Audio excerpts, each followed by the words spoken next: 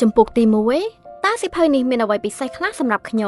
ំការអនុវត្តវិធីសាស្ត្ររបស់អ្នកដើម្បីឆ្ពោះទៅកាន់ចំណុចកំពូលតើអ្នកជាបុគ្គលិកម្នាក់ដែលខិតខំប្រឹងប្រែងធ្វើការប៉ុន្តែការប្រឹងប្រែងនោះមិនបានធ្វើឲ្យអ្នកមានមុខតំណែងខ្ពស់ជាងបុគ្គលិកដទៃមែនទេថ្មីបើអ្នកមានគោលដៅខ្ពស់យ៉ាងណាក៏ដោ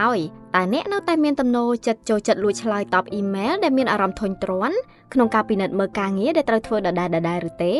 ពេលនោះហើយដែលអ្នកប្រហែលជាដូចទៅនឹងមនុស្សភាគច្រើនដែរគឺជាអ្នកអនុវត្តការងារកម្រិតមធ្យមដែលកំពុងរស់នៅជាប់គាំងក្នុងវដ្តជីវិតច្រំដែលពីមួយថ្ងៃទៅមួយថ្ងៃជារឿងមួយដ៏ល្អសៀវភៅនេះបានជួយស្រាយបំភ្លឺយ៉ាងច្បាស់អំពីមូលហេតុដែលលើកឡើងខាងលើនេះនឹងមិនអាចកើតមានជារៀងរហូតនោះទេជាក់ស្ដែងតាមរយៈការស្រាវជ្រាវថ្មីមួយបានបង្ហាញថាបុគ្គលមួយចំនួនដែលជោគជ័យបំផុតនៅលើពិភពលោកមិនបានកើតមកជាមួយនឹងសមត្ថភាពអស្ចារ្យក្នុងការសម្រេចគោលដៅនោះទេហើយភាពជោគជ័យរបស់ពួកគេក៏មិនមែនមកពីបុគ្គលិកលក្ខណៈជាក់លាក់ណាមួយដែរផ្ទុយទៅវិញគន្លឹះដើម្បីជួយឲ្យទទួលបានភាពជោគជ័យរយៈពេលវែងគឺស្ថិតនៅលើការមានទម្លាប់ជាក់លាក់ពិតប្រាកដហើយតាមរយៈការស្រាវជ្រាវកន្លងមកបានរកឃើញទម្លាប់សំខាន់ចំនួន6យ៉ាងដែលអាចនាំឲ្យអ្នកសម្រេចបានគោលដៅដ៏អស្ចារ្យមួយយ៉ាងងាយស្រួលបំផុតអ្នកនឹងបានស្វែងយល់ពីមូលហេតុដែលការស្វែងរកភាពច្បាស់លាស់ការបង្កើតភាពស្វាហាប់ការបង្កើនរឿងចាំបាច់ការបង្កើនផលិតភាពការងារការពង្រីកឥទ្ធិពលនិងការបង្ហាញសេចក្តីក្លាហានអាចជួយឲ្យអ្នកអនុវត្តវិធីសាស្ត្ររបស់អ្នកដើម្បីឆ្ពោះទៅរកភាពជោគជ័យមួយដ៏អស្ចារ្យបានបន្ទាប់ពីនេះអ្នកនឹងបានសិក្សាស្វែងយល់បន្ថែមអំពីកត្តាដែលនាំឲ្យនាយកប្រតិបត្តិ CEO និងអត្តពលិកអាជីពមានលក្ខណៈដូចគ្នាមូលហេតុដែលជំរុញឲ្យអ្នកទទួលបានផលប្រយោជន៍និងជោគជ័យកាន់តែខ្លាំងនៅពេលដែលអ្នកគិតទៅដល់ម្ដាយរបស់អ្នកនិងរបៀបស្វែងយល់ក៏ដូចជាវិធីទប់ស្កាត់ចំពោះភាពតាក់ទាញរបស់អ៊ីមែលចំពោះទី2គន្លឹះក្នុងការទទួលបានភាពជោគជ័យដ៏យូរអង្វែងមិនស្ថិតនៅលើបុគ្គលិកលក្ខណៈឬអំណោយទានពីធម្មជាតិនោះទេប៉ុន្តែវាសំដៅទៅលើការមានទម្លាប់ល្អនិងការជឿជាក់ខ្ពស់តើអ្នកធ្លាប់បានជួបនរណាម្នាក់ដែលអាចសម្រេចកិច្ចការងារគ្រប់បែបយ៉ាងងាយស្រួលបំផុតដែរឬទេនេះប្រហែលជាពួកគេទទួលបានសញ្ញាបត្រច្រើនមុខជំនាញនៅពេលធ្វើការពីកន្លែងក្នុងពេលតែមួយដែរហើយមើលទៅក្នុងពេលតែមួយដែលមើលទៅហាក់បីដូចជាមិនមែនជារឿងលំបាកសម្រាប់ពួកគេតតែសោះឬក៏ប្រហែលជាពួកគេជាមនុស្សដែលមានសមត្ថភាពដូចស្ដេចមីដាស្ដេចមីដាគឺជាស្ដេចនៅក្នុងរឿងនិទានក្រិចបុរាណដែលអាចប៉ះអ្វីៗគ្រប់យ៉ាងឲ្យខ្លាចជាមាសហើយអាចធ្វើរឿងគ្រប់យ៉ាងដោយងាយស្រួលហើយរកគម្រោងនានាដែលពួកគេចាប់ផ្ដើមដោះស្រាយនិងទទួលបានលទ្ធផលល្អផងដែរនៅក្នុងចំណុចនេះការហ៊ានប្រថុយគឺជាអ្វីដែលត្រូវបានគេស្គាល់ថាជាផ្នែកមួយនៃភាពជោគជ័យដ៏យូរអង្វែងអ្នកនិពន្ធសៀវភៅនេះគឺលោក Braden Bozat បានដឹកនាំការសិក្សាស្រាវជ្រាវដ៏ធំមួយក្នុងប្រវត្តិសាស្ត្រអំពីការអនុវត្តការងារឲ្យទទួលបានភាពជោគជ័យយូរអង្វែងដោយធ្វើការវិនិច្ឆ័យទៅលើមនុស្សមកពីជាង190ប្រទេសដើម្បីស្វែងយល់ឲ្យកាន់តែច្បាស់ទៅលើវិធីសាស្ត្រដែលពួកគេប្រើប្រាស់ក្នុងការសម្រេចឲ្យបានភាពជោគជ័យរយៈពេលយូរគាត់បានធ្វើការសន្និដ្ឋានថាភេទសញ្ជាតិអាយុនិងបុគ្គលិកលក្ខណៈមានចំណុចតិចតួចបំផុតដែលតាក់ទងនឹងភាពជោគជ័យយូរអង្វែងអ្វីដែលមានការតាក់ទងសំខាន់នោះគឺទម្លាប់ក្នុងការរស់នៅល្អៗដូចជាការថែរក្សារាងកាយរបស់អ្នកឲ្យមានសុខភាពល្អជាដើមក្នុងន័យម្យ៉ាងទៀតគឺវាមិនសំខាន់នោះទេថាអ្នកជានរណាប៉ុន្តែអ្វីដែលអ្នកត្រូវធ្វើទៅវិញទេគឺពិតជាសំខាន់អ្នកនិពន្ធក៏បានបង្ហាញដែរថាទម្លាប់ល្អៗទាំងនេះមិនមែនបង្កើតឡើងដោយភាពចៃដន្យទេគឺបុគ្គលជោគជ័យបានទទួលយកវាដោយមានចេតនា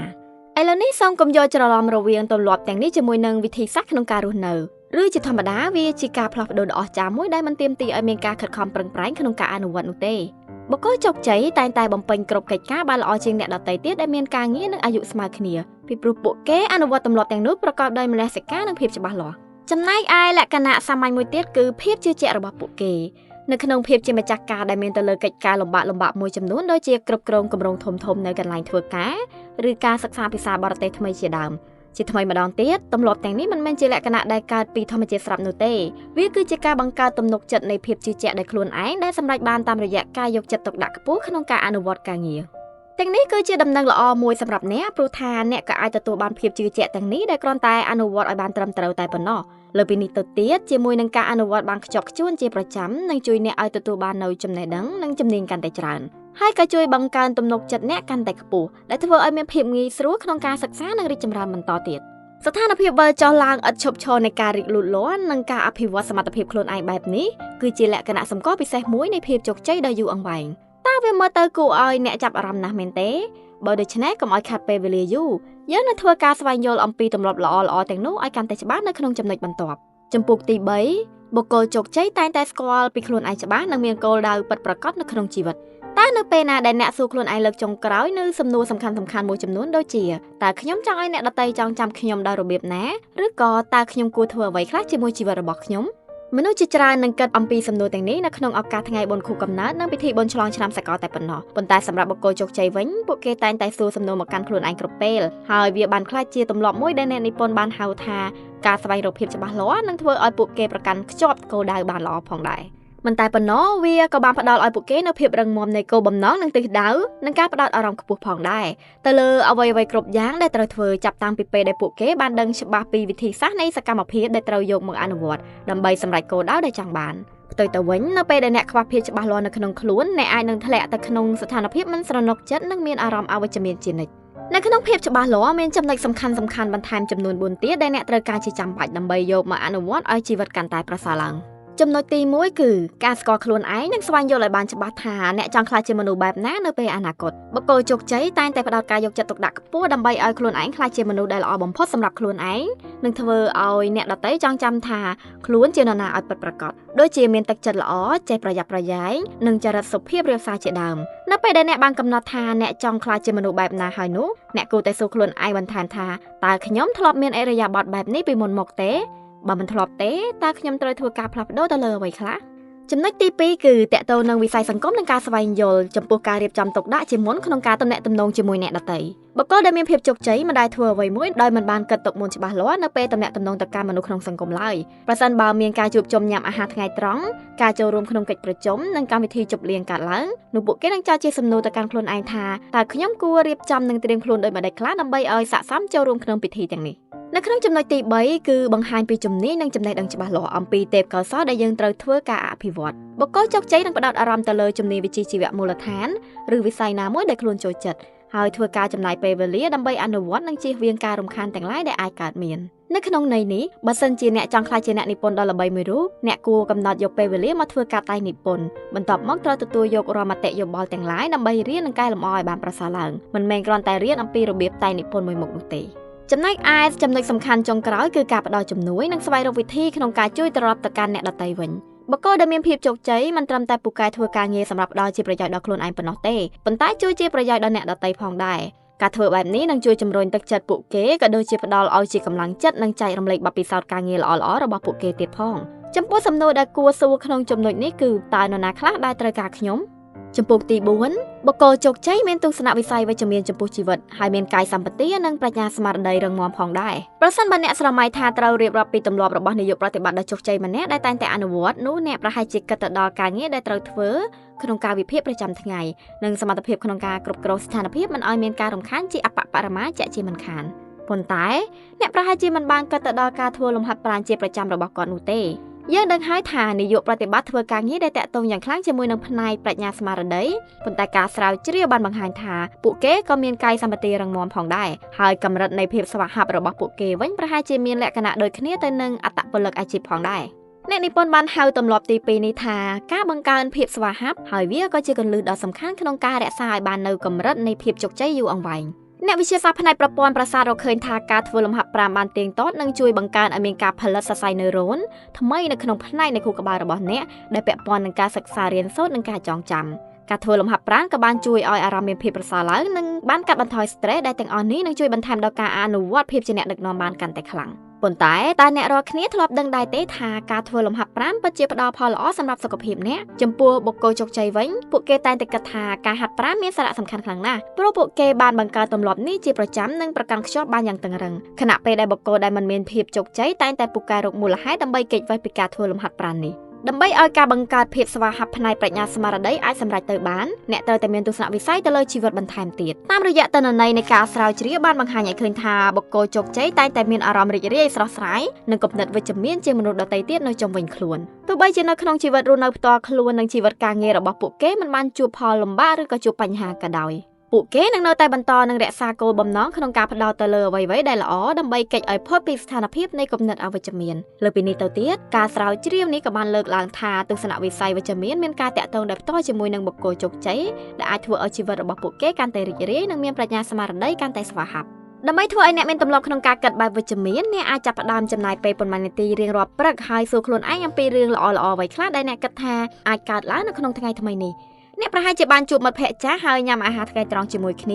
ាឬចូលរួមប្រារព្ធពិធីខួបកំណើតរបស់មិត្តរួមការងារជាដើម សូមចងចាំជានិច្ចថានេះមិនត្រឹមតែជាការផ្ដោតអារម្មណ៍ចំពោះរឿងដែលអាចនឹងកើតមានតែមួយមុខនោះទេអ្នកវិទ្យាសាស្ត្រផ្នែកប្រព័ន្ធប្រសាទក៏បានជឿជាក់ថាការកត់ទុកជាមុនអំពីហេតុការណ៍ទាំងនេះនឹងជួយជំរុញឲ្យអរម៉ូនដូប៉ាមីនដែលជាអរម៉ូនពាក់ព័ន្ធនឹងការបង្កើតភាពសប្បាយរីករាយមានការកើនឡើងកាន់តែច្រើនប្រៀបបាននឹងការរំពឹងទុកកាន់តែខ្ពស់ដូច្នោះដែរដូចនេះនៅពេលដែលអ្នកមានទស្សនវិស័យវិជ្ជមានវាពិតជាកត្តាដ៏មានអានុភាពខ្លាំងណាស់ព្រោះវាធ្វើឲ្យអ្នកកាន់តែមានភាពរីករាយនៅក្នុងជីវិតទ្វេដងទី1គឺកើតឡើងនៅពេលដែលអ្នកគិតទុកជាមុនអំពីព្រឹត្តិការណ៍ណាមួយនិងម្ដងទៀតនៅពេលដែលព្រឹត្តិការណ៍នោះបានកើតឡើងពិតប្រាកដចំពោះទី5បុគ្គលជោគជ័យបានប្រើប្រាស់ការរំពឹងទុកខ្ពស់ចំពោះមជ្ឈដ្ឋានខាងក្នុងនិងខាងក្រៅដើម្បីទទួលបានការលើកទឹកចិត្តកាន់តែខ្លាំងអ្នកអាចស្រមៃទៅមើលកីឡាកររត់ប្រណាំង2នាក់ដែលចិត្តចាប់ផ្ដើមការប្រកួតហើយកំពុងរងចាំសម្លេងកំភ្លើងបន្លឺឡើងពួកគេទាំងពីរនាក់មានប្រវត្តិក្នុងការប្រកួតប្រហាក់ប្រហែលគ្នានិងទទួលបានការហ្វឹកហាត់ក្នុងរយៈពេលដូចគ្នាប៉ុន្តែពួកគេទាំងពីរនាក់មានភាពខុសប្លែកតែមួយប៉ុណ្ណោះគឺកីឡាករម្នាក់កំពុងគិតទៅដល់ជ័យជំនះនេះសម្រាប់ខ្លួនឯងខណៈពេលដែលកីឡាករម្នាក់ទៀតកំពុងគិតថាខ្ញុំនឹងឈ្នះការប្រកួតមួយនេះដើម្បីម្ដាយរបស់ខ្ញុំតើរវាងអ្នកទាំងពីរម្នាក់ណានឹងទទួលបានជោគជ័យប្រហែលជាកីឡាករទី2នោះហើយនេះក៏ព្រោះតែការបង្កើនទំនុកចិត្តដោយបន្ថែមកត្តាពីខាងក្រៅអាចធ្វើឲ្យការអនុវត្តកាន់តែប្រសើរឡើងអ្នកនិពន្ធបានហៅទម្លាប់ទី3នេះថាការបង្កើននូវភាពចាំបាច់បុគ្គលជោគជ័យនឹងនាំយកភាពបន្ទាន់ដើម្បីបន្ថែមល្បឿនដល់ការងារដែលពួកគេកំពុងធ្វើហើយជាធម្មតានៅក្នុងទម្រង់ជាភារកិច្ចចាំបាច់ផ្នែកខាងក្រៅដែលត្រូវបានរាប់បញ្ចូលជាមួយបំណងប្រាថ្នានៅក្នុងខ្លួនរបស់គេថែមទៀតទាំងអស់នេះបានផ្ដល់ឲ្យពួកគេនូវការលើកទឹកចិត្តនិងបង្កើនលទ្ធភាពនៃភាពជោគជ័យបន្ថែមទៀតចំណែកឯបុគ្គលបរាជ័យវិញនឹងពឹងផ្អែកទៅលើបំណងប្រាថ្នារបស់ពួកគេទាំងស្រុងដែលធ្វើឲ្យពួកគេអាចទទួលបានលទ្ធផលដ៏ល្អប៉ុន្តែមិនមែនជាជោគជ័យចាំបាច់នោះទេដូច្នេះនៅក្នុងការអនុវត្តជាក់ស្ដែងដំបូងអ្នកត្រូវតែកំណត់ស្តង់ដារដែលមានគុណភាពខ្ពស់ចំពោះខ្លួនឯងជាមុនសិនអ្នកត្រូវចងចាំថាបើអ្នកចង់គ្រប់គ្រងអាជីវកម្មមួយអ្នកមិនត្រូវរៀបចំការងារសម្រាប់កំណត់គោលដៅដែលមានលក្ខណៈសាមញ្ញនិងងាយស្រួលពេកនោះទេពេលនេះអ្នកក៏ចង់ភ្ជាប់គោលដៅផ្ទាល់ខ្លួនរបស់អ្នកទៅនឹងកាតព្វកិច្ចផ្នែកខាងក្រៅផងដែរដែលជាហេតុនាំឲ្យលទ្ធផលវិជ្ជមានកើតមានឡើងហើយវាក៏បានផ្ដល់ផលប្រយោជន៍ដល់អ្នកដទៃនៅក្នុងជីវិតថែមទៀតប្រសិនបើកម្មវិធីសប្បុរសធម៌មួយនៅក្នុងតំបន់របស់អ្នកទទួលបានការគាំទ្រខ្លាំងនិងមានការចូលរួមបរិច្ចាគច្រើនដែលវាជាគម្រោងរបស់អ្នកនោះអ្នកនឹងកាន់តែខិតខំប្រឹងប្រែងទ្វេដងទៀតដើម្បីធានាឲ្យបានថាសកម្មភាពសប្បុរសធម៌នេះនឹងកើតឡើងពិតប្រាកដទម្លាប់នៃភាពជោគជ័យមួយទៀតសម្រាប់ជួយបង្កើនការលើកទឹកចិត្តនេះគឺការចែករំលែកគោលដៅរបស់អ្នកទៅកាន់មនុស្សនៅជុំវិញខ្លួនការរំពឹងទុកផ្នែកខាងក្រៅនឹងត្រូវបានបង្កើតឡើងហើយសកម្មភាពក្នុងការបង្ហាញពីគោលដៅរបស់អ្នកឲ្យបានទូលំទូលាយនឹងជួយបង្កើនប្រសិទ្ធភាពរបស់វាកាន់តែខ្លាំងគ្មាននរណាម្នាក់ដែលចង់បរាជ័យជាសាធារណៈនោះទេដូចនេះនៅពេលដែលអ្នកប្រាប់ពីគោលដៅរបស់អ្នកទៅកាន់មនុស្សកាន់តែច្រើនមានន័យថាអ្នកនឹងមានការបដិញ្ញាចិត្តកាន់តែខ្ពស់នៅពេលដែលអ្នកនិពន្ធសៀវភៅនេះបានកំណត់គោលដៅដោយបង្កើតជាវីដេអូបង្រៀនតាមប្រព័ន្ធអ៊ីនធឺណិតលើមុខវិជ្ជាការអភិវឌ្ឍសមត្ថភាពផ្ទាល់ខ្លួនគាត់មិនត្រឹមតែប្រាប់វាទៅកាន់មិត្តភ័ក្តិនិងគ្រួសារឲ្យបានដឹងប៉ុណ្ណោះទេគាត់ក៏បានអញ្ជើញពួកគេឲ្យធ្វើជាទស្សនិកជនដំបូងដើម្បីអង្គុយទស្សនានិងផ្ដល់ជាយោបល់កែលម្អដល់គាត់ទៀតផ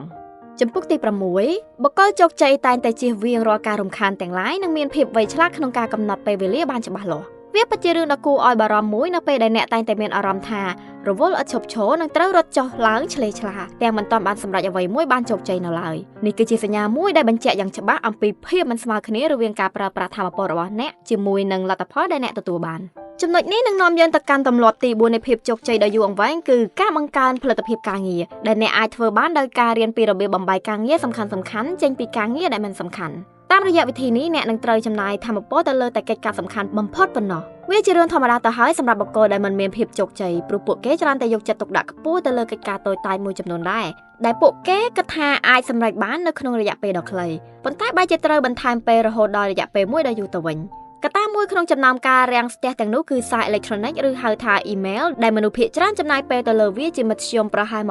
28% នៃម៉ោងធ្វើការងារសរុបប្រចាំសប្តាហ៍របស់ពួកគេនេះដោយសារតែសកម្មភាពបែបសាមញ្ញក្នុងការឆ្លើយតបអ៊ីមែលអាចផ្ដល់ឲ្យពួកគេនៅទំនុកចិត្តក្នុងការធ្វើការងារបើទោះបីជាអាចរំខានដល់អារម្មណ៍ពួកគេមិនឲ្យផ្ដោតលើកិច្ចការសំខាន់នោះក៏ដោយទស្សនវិជ្ជាសំខាន់មួយទៀតដែលអាចសម្រេចបាននៅផលិតភាពការងារគឺការកំណត់ពេលវេលាទិន្នន័យនៃការស្រាវជ្រាវបានបង្ហាញឲ្យឃើញថាបុគ្គលជោគជ័យអាចនឹងត្រូវជួបស្ថានភាពមួយដែលមិនអាចសម្រេចកិច្ចការបានទាន់ពេលវេលាក្នុងកម្រិតខ្ពស់លើសពី3ដងមានន័យថាពួកគេបានកំណត់ពេលវេលាដែលមិនអាចអនុវត្តតាមបានត្រឹមត្រូវនោះទេដោយមើលឃើញថាការបរិច្ឆេទកំណត់ពិតជារឿងដ៏ចាំបាច់មួយដែលត្រូវធ្វើជាចាំបាច់ហើយក៏មិនចង់ឲ្យវាមកដល់លឿននោះដែរនិយាយឲ្យខ្លីទៅបុគ្គលបរាជ័យនឹងមិនអាចសម្រេចការងារបានរួចរាល់នោះទេនៅពេលដែលការកំណត់នោះមកដល់ ប៉ុន្តែសម្រាប់បុគ្គលជោគជ័យដែលរៀបចំផែនការច្បាស់លាស់វិញពួកគេបង្កើតគោលដៅប្រកបប្រជានិងច្បាស់លាស់រួចជាស្រេចក្នុងការយកឈ្នះការបរិច្ឆេទកំណត់ដែលជិតមកដល់ការមើលឃើញពីចំណុចដែលត្រូវបញ្ចប់ជាក់លាក់នៅពេលខាងមុខនេះហើយគឺជាវិធីសាស្ត្រដ៏ល្អបំផុតដើម្បីរក្សាឲ្យបានការផ្ដោតអារម្មណ៍ការទប់ទល់នឹងភាពរំខាននិងការរក្សាកម្រិតថាមពលរបស់ពួកគេឲ្យបានខ្ពស់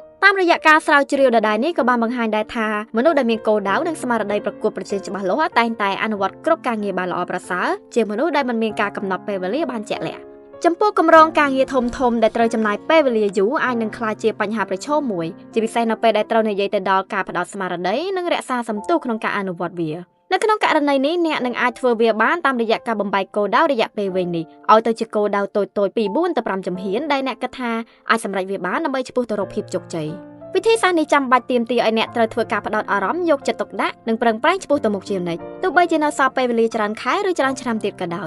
យចំពុកទី7បុគ្គលជោគជ័យគឺជាមនុស្សដែលចេះឲ្យតម្លៃចែករំលែកនិងយល់ដឹងអំពីអ្វីដែលមនុស្សជុំវិញខ្លួនត្រូវការដើម្បីទទួលបានភាពជោគជ័យដោយពួកគេដែរទស្សនៈមួយបានលើកឡើងថាភាពឯកានឹងកើតមាននៅពេលដែលទទួលបានភាពជោគជ័យមានន័យថានៅពេលដែលអ្នកឈានទៅដល់ចំណុចខ្ពស់បំផុតក្នុងនាមជាអ្នកមានវិជ្ជាជីវៈអាជីពពេលនោះនឹងមិនមាននរណាម្នាក់នៅជុំវិញខ្លួនអ្នកដើម្បីឲ្យអ្នកបានចែករំលែកភាពជោគជ័យជាមួយឡើយប៉ុន្តែករណីនេះមិនបានកើតឡើងចំពោះបុគ្គលជោគជ័យនោះទេដោយដែលការស្រាវជ្រាវបានបញ្ជាក់ស្រាប់ថាពួកគេពិតជាមានសមត្ថភាពក្នុងការបង្កើនទំនាក់ទំនងដ៏មានអត្ថន័យនិងមិត្តភាពយូរអង្វែងជាមួយមនុស្សដែលស្ថិតនៅជុំវិញខ្លួនរបស់ពួកគេបុគ្គលជោគជ័យតែងតែផ្ដល់តម្លៃនិងចែករំលែកបទពិសោធន៍ជាមួយមនុស្សគ្រប់គ្នាដោយមិនមានភាពភ័យខ្លាចក្នុងការប្រកួតប្រជែងជាមួយនឹងអ្នកធ្វើការរួមគ្នាហើយមានគោលដៅដូចគ្នានៅក្នុងឆ្នាំ2016ការស្ទង់មតិរបស់សមាគមចិត្តសាស្ត្រសុខុមាលភាពរស់នៅនិងការងាររបស់សហរដ្ឋអាមេរិក The American Psychological Association Work and Wellbeing បានបង្ហាញឲ្យឃើញថាចំនួននិយោជកត្រឹមតែពាក់កណ្ដាលប៉ុណ្ណោះក្នុងចំណោមនិយោជកទាំងអស់ដែលបម្រើការងារនៅក្នុងសហរដ្ឋអាមេរិកទទួលបានការឲ្យតម្លៃនិងទទួលស្គាល់សមត្ថភាពពីសំណាក់អ្នកដឹកនាំថ្នាក់លើរបស់ពួកគេ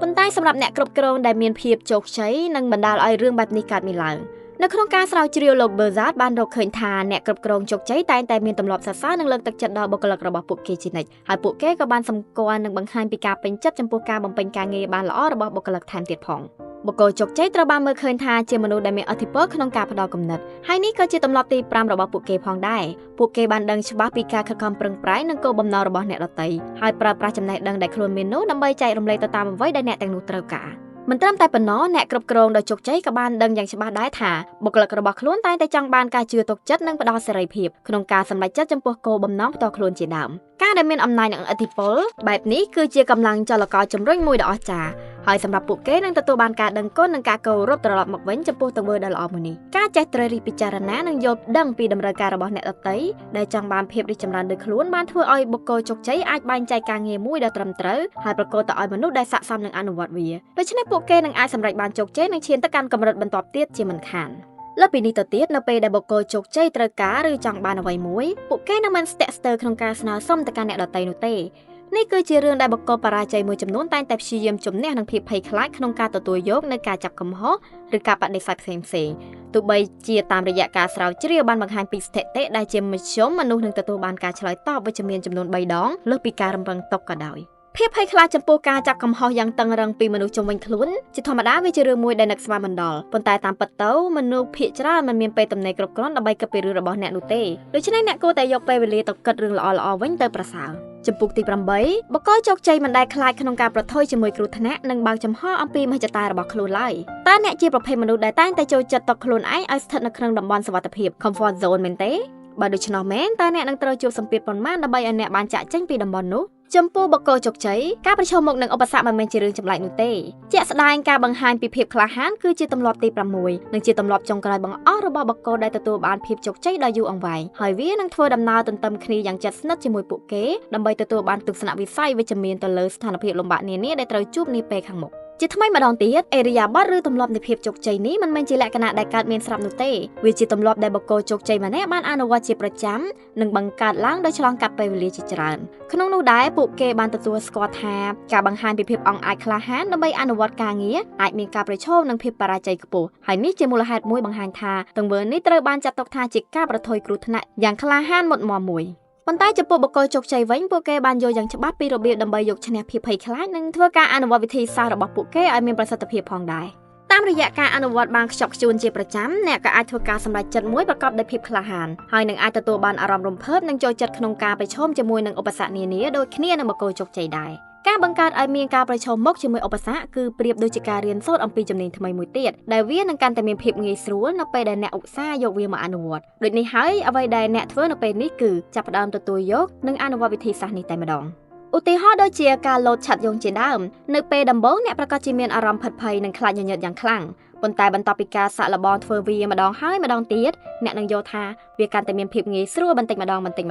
និងមិនមានភាពតានតឹងកើតឡើងទៀតទេមនុស្សភាគច្រើននឹងព្យាយាមគេចវេសពីការជំនះនឹងឧបសគ្គនានាប៉ុន្តែដើម្បីក្លាយខ្លួនជាមនុស្សម្នាក់ដ៏អស្ចារ្យនិងអាចសម្រេចគោលដៅរបស់ខ្លួនបានយើងត្រូវរៀនពីរបៀបក្នុងការទទួលយកឧបសគ្គទាំងនោះដោយស្នាមញញឹមនៅក្នុងចំណុចនេះយើងគួរតែមានទស្សនវិស័យត្រឹមត្រូវមួយនិងមិនត្រូវត្អូញត្អែអំពីការលំបាកដែលជួបក្នុងជីវិតនោះទេហើយចំពោះបុគ្គលជោគជ័យវិញពួកគេនឹងមើលឃើញថារាល់ឧបសគ្គដែលត្រូវប្រឈមថ្មីៗគឺជាឱកាសដ៏ល្អមួយក្នុងការអភិវឌ្ឍខ្លួនឯងសកម្មភាពបែបសាមញ្ញបំផុតមួយគឺការបើកចំហនិងមានភាពស្មោះត្រង់ចំពោះមហិច្ឆតាដ៏ពិតប្រាកដនេះក៏ជាទម្លាប់មួយដែលមនុស្សភាគច្រើនតែងតែព្យាយាមគេចវេដោយសារពួកគេមិនហ៊ានប្រឈមមុខជាមួយការផ្ដោតយោបល់និងការផ្សាយចំអករបស់អ្នកដទៃនៅខណៈពេលដែលបុគ្គលបរាជ័យចូលចិត្តអនុវត្តការងារដើម្បីឆ្ពោះទៅរកគោលដៅរបស់ពួកគេក្នុងសភាពស្ងៀមស្ងាត់នោះបុគ្គលជោគជ័យមិនមានភាពស្ទាក់ស្ទើរឡើយនៅក្នុងការបើកចំហពីគោលដៅទោះបីជាអ្នកត្រូវអ្នកដទៃហៅពួកគេថាជាមនុស្សអកតេមិនប្រកបបជានិងសូម្បីតែល្ងីល្ងើក៏ដោយក៏សម្រាប់ពួកគេនេះគ្រាន់តែជាផ្នែកមួយនៃការតស៊ូដ៏មានតម្លៃនៅក្នុងជីវិតប៉ុណ្ណោះដូច្នេះហើយសូមអ្នកឈប់ខ្ជះខ្ជាយពេលវេលាបន្តទៀតទៅឥឡូវនេះគឺដល់ពេលដែលអ្នកត្រូវបង្ហាញអំពីខ្លួនឯងទៅកាន់ពិភពលោកហើយរៀនទទួលយកអ្វីៗគ្រប់យ៉ាងទាំងភាពល្អនិងអាក្រក់ដែលវាបានផ្ដល់ឲ្យតាមរយៈការបើកចំហពីខ្លួនឯងនេះអ្នកនឹងរកឃើញថាមានមនុស្សជាច្រើនអ្នកកំពុងរងចាំជួយដល់អ្នកដើម្បីសម្រេចក្តីស្រមៃឲ្យក្លាយជាការពិតសេចក្តីសង្ខេបចុងក្រោយសារសំខាន់នៅក្នុងសៀវភៅនេះបុគ្គលជោគជ័យមិនមែនកើតមកជាមួយភាពអស្ចារ្យនោះទេគឺពួកគេមានការរីកចម្រើនឡើងដោយឆ្លងកាត់ការអនុវត្តទម្លាប់ល្អៗបានខ្ជាប់ខ្ជួននិងមានការតស៊ូដែលរួមបញ្ចូលទាំងការព្យាយាមប្រកបដោយមនសិការដើម្បីគ្រប់គ្រងទម្លាប់ក្នុងការរស់នៅទាំងនោះឲ្យបានជាក់លាក់លើពីនេះទៅទៀតពួកគេបានយល់ដឹងយ៉ាងច្បាស់លាស់អំពីគោលបំណងនៃការងាររបស់ខ្លួនឯងការរក្សាឲ្យបាននូវភាពស្វាហាប់ការប្រើប្រាស់កម្លាំងជំរុញលើកទឹកចិត្តពីខាងក្រៅនិងច្បាស់ពីរបៀបការបង្កើតផលិតភាពការងារតាមរយៈការធ្វើផែនការយ៉ាងប្រុងប្រយ័ត្នការភ្ជាប់ទំនាក់ទំនងទៅកាន់សង្គមខាងក្រៅឲ្យបានជាប្រចាំនិងការចែករំលែកភាពជោគជ័យទៅកាន់អ្នកដទៃក៏ដូចជាហ៊ានប្រឈមមុខនឹងឧបសគ្គផងដែរដំបូន្មានសម្រាប់អនុវត្តការស្វែងរកភាពច្បាស់លាស់ដើម្បីប្រាស្រ័យតាក់ទងទៅកាន់សង្គមរស់នៅរបស់អ្នកសង្គមប្រឡូកនៅក្នុងសង្គមមួយដែលមិនបានស្វែងយល់ឲ្យបានច្បាស់លាស់អ្នកត្រូវសួរទៅកាន់ខ្លួនឯងថាតើខ្ញុំអាចក្លាយជាមនុស្សល្អម្នាក់នាពេលអនាគតបានដោយរបៀបណាតើអ្នកដទៃនឹងមានការរំពឹងទុកដូចម្តេចខ្លះតើអារម្មណ៍នឹងភាពស្វាហាប់ប្រភេទណាដែលខ្ញុំចង់បង្កើតឲ្យមាននិងតើខ្ញុំត្រូវធ្វើដូចម្តេចខ្លះដើម្បីសម្រេចឲ្យបាននៅលទ្ធផលទាំងនោះ